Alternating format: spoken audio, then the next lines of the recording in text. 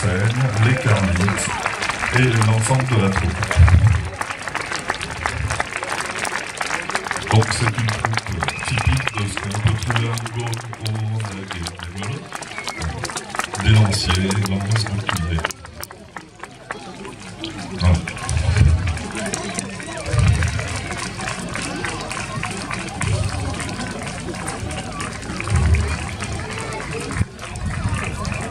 L'équipement standard du guerrier gaulois de l'époque, une lance, un bouclier. Bon, pour certains, ils ont privilégié l'épée. On verra ce que ça donne sur le champ de bataille. Donc, comme vous pouvez le constater, ils sont relativement disciplinés, ils se déplacent en rang. C'est pas une troupe informe. Ils obéissent, ils sont pas là tout de suite. Donc, voilà. Donc, les Gaulois, ils ont l'air chauds.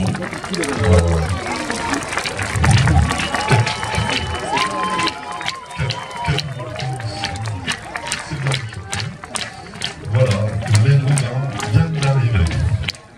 Réaction de franche hostilité de la part des Gaulois. Ils n'ont pas l'air de vouloir se laisser compter. Donc, prudents, les officiers rangent leurs troupes en ligne de bataille. Au milieu du champ de bataille.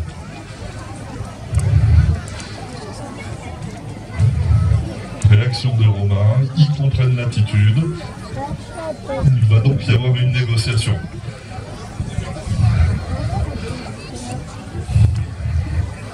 Voilà. Donc, dans l'Antiquité, une fois que les troupes sont déployées, on se jauge, on s'évalue, et on se dit que finalement, la violence ne peut pas tout résoudre. Et il serait peut-être bon de voir s'il n'y a pas une situation, une solution honorable pour les deux parties. Donc du coup, les officiers se rencontrent au milieu du champ de bataille et essaient de trouver un terrain d'entente.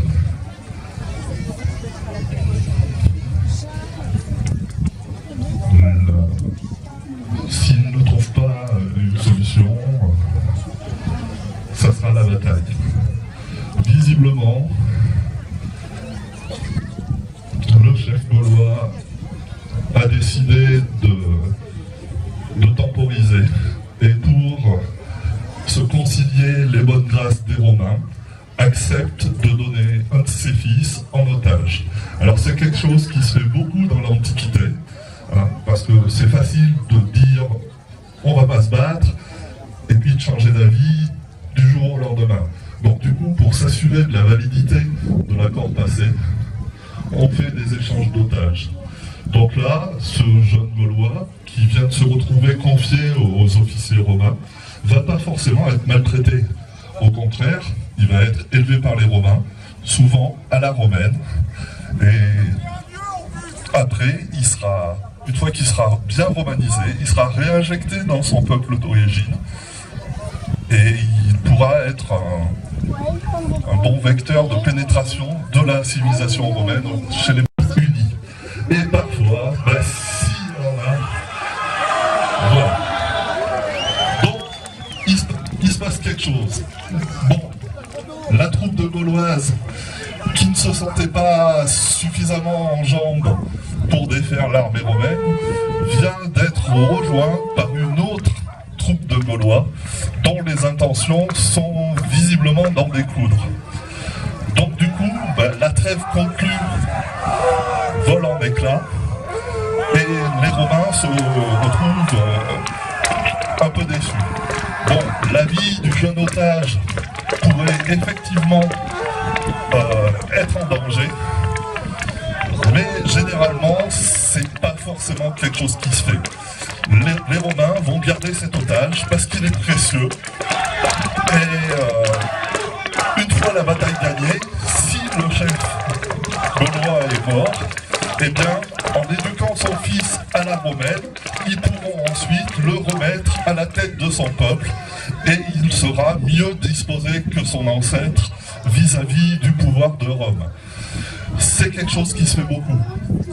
Des personnages connus dans l'histoire antique ont eu des destins comme ça, comme le célèbre Arminius. Arminius, c'était un Germain fait la civilisation romaine. Bon, ça a mal tourné, Arminius a pris la tête des Germains et il a plié les Romains vite fait. Mais bon, c'est une politique qui marche, la politique des otages. Voilà. Donc là maintenant ils sont partis pour en découdre. Donc les Gaulois se forment en phalange. Alors la phalange, c'est une formation qui a été héritée des Grecs. Donc c'est une formation qui est efficace, mais qui a comme défaut le fait de faire des unités énormes et assez difficiles à manœuvrer.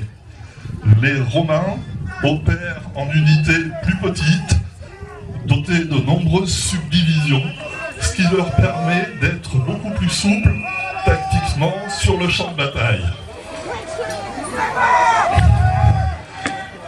Donc une partie des Gaulois avance,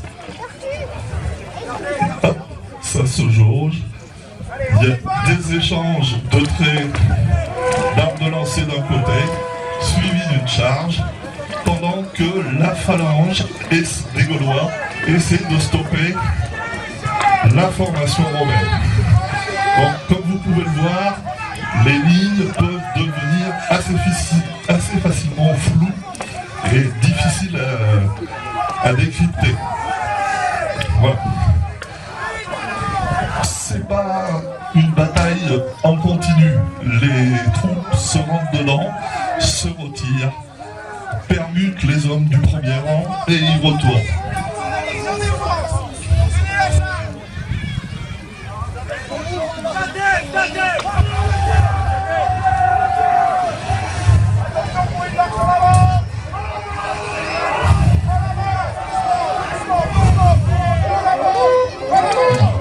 Donc, la phalange gauloise essaie de ce côté-ci de repousser les Romains, avec un succès très mitigé. De ce côté-ci, c'est pareil.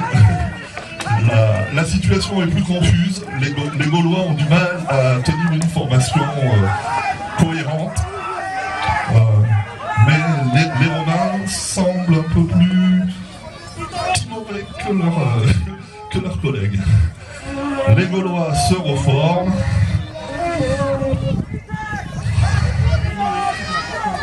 Voilà.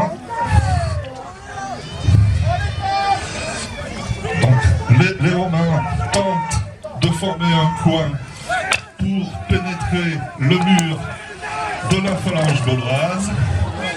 La phalange gauloise, tiens, ça c'est très dur à dire. Les gars poussent très fort en face. C'est vraiment physique. Ah, voilà.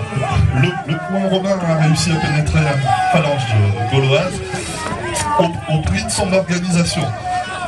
Les officiers ont vu le danger que ça pouvait constituer, donc ils ont rappelé leurs hommes pour les remettre en ordre. Bon, il ne faut pas quitter sa formation. Ici, on a un Romain qui a voulu tenter une percée héroïque pour se isoler au milieu des lignes ennemies. Voilà.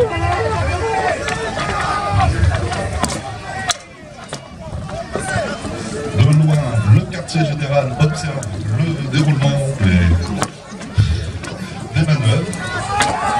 Je ne vais pas faire l'interview du général Gaulois, ce qu'il pense du déroulement de l'affaire. Bon, on va respecter sa tristesse, son fils est en otage du côté.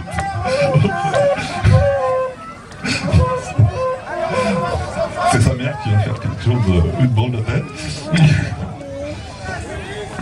Bon, pour l'instant, sur le champ de bataille, c'est toujours un statu quo. Il y a eu quelques blessés qui ont vraisemblablement été évacués par les services de secours. Bon, les femmes se chargent de tout ça et tout.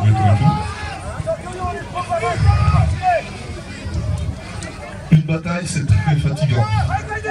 Ça demande beaucoup d'énergie et souvent, une bataille est ponctuée de pauses où les hommes armés s'observent, se jaugent et où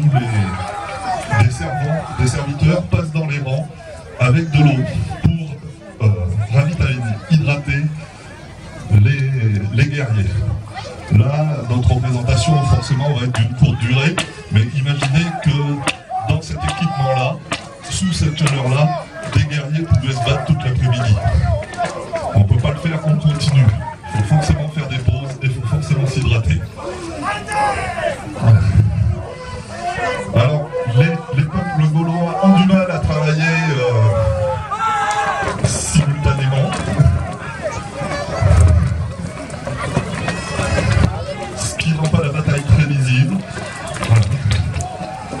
Parfois, voilà, des combattants, les rangs éclatent, des combattants s'isolent.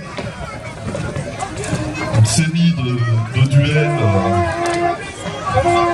enchaînent.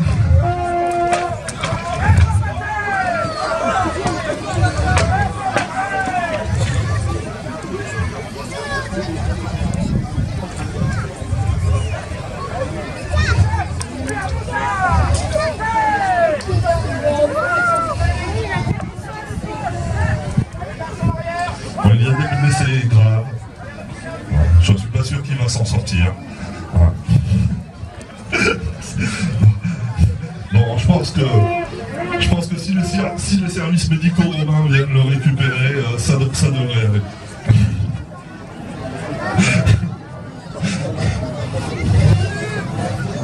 Bon, je vais peut-être pas rester ici, finalement. C'est pas une bonne place. Bon. Hop là. On serre les rangs.